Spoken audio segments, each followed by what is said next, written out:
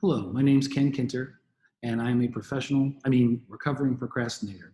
And the purpose of this presentation is to help you create an effective to-do list that will help your productivity and also reduce your stress level. So here is an example of a pretty typical and basically accurate to-do list for me. And there's lots of things on here: personal, professional, health-wise. Many of them are very big, some of them are very small, and all of them are undone as of this point or at some point in progress. So the first step is to put down everything that should be on a to-do list. Now, this may be a little intimidating when this whole list is out there, but trust me, this process gets a little easier and a little better. So this is the first step. The next step is to turn all of these aspirational goals into SMART objectives. And by SMART, of course, you mean specific, measurable, achievable, realistic, and time-bound. So going back to the previous slide, lose 30 pounds has now turned into way less tomorrow than today. Could just as easily be substituted with go to the gym today or eat healthy today, things like that.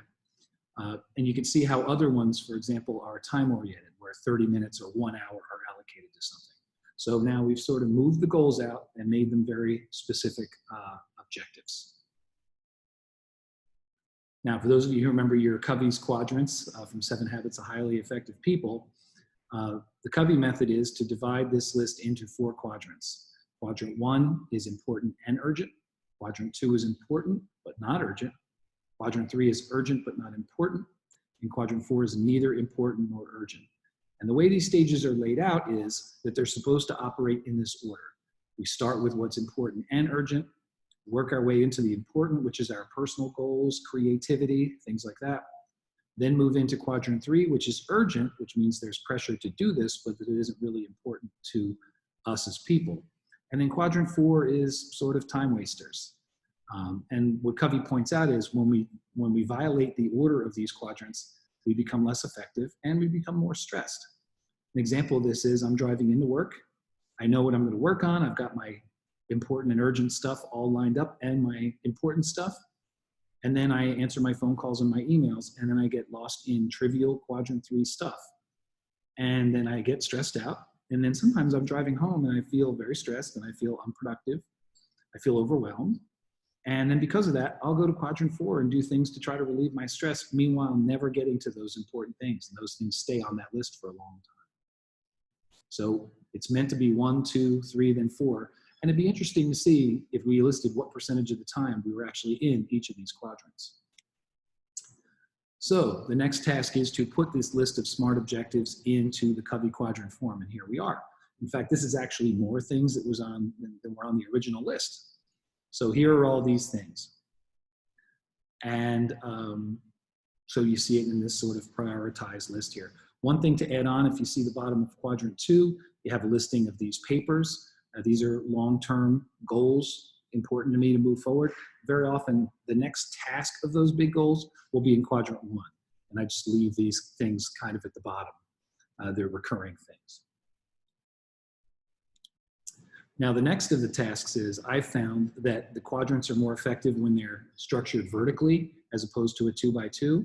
So we take this list of things that we've now put into in their quadrants and then put them in back into a vertical list form, except now they're prioritized, they're grouped. And I find that this is much more helpful because we tend to go from the top of the list to the bottom of the list, giving things their proper due. Starting with the urgent and important, moving to important, then to urgent, and then to neither. So if you're interested in taking this on, and I hope you are, you can start off with either taking the to-do list that you have and making sure it's accurate, or creating one and put everything down there. Don't leave anything out. Put it all down there. Next up, make each of the kind of vague or aspirational or very large goals into SMART objectives. Next, put them into Covey's quadrants. What quadrant do they belong in? 1, 2, 3, or 4?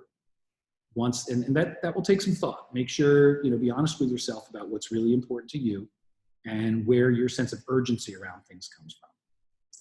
So after putting them into the quadrants, then make the quadrants vertical. So again, you have a prioritized list now from top to bottom. You have a kind of a natural starting and ending point. Give it a shot, see how this works. I would suggest at least 30 days. See if you notice that things are coming off this list. Now, there will be more things going on them as well, but what I've found is that there's turnover, and the original huge size of that to-do list starts to shrink as tasks get done. And I've also found that my stress level drops, so I spend less time in quadrant 4. Next step is observe how this affects your productivity. I should also say how it affects your mood and how you do what you do. How are you doing at task completion? And last but not least, you've got my contact information on the first slide. Let me know how this is going, or if there are any changes or improvements that you have. For example, I'm still working on whether new things need to go in the beginning of a quadrant or at the end. I'm leaning toward at the end so I can keep those things at the beginning there until they're done. But that's, this is still a work in progress. So feel free to let me know how this is going. Here are the references where I got this from. Good luck, and hopefully hear from you. Take care.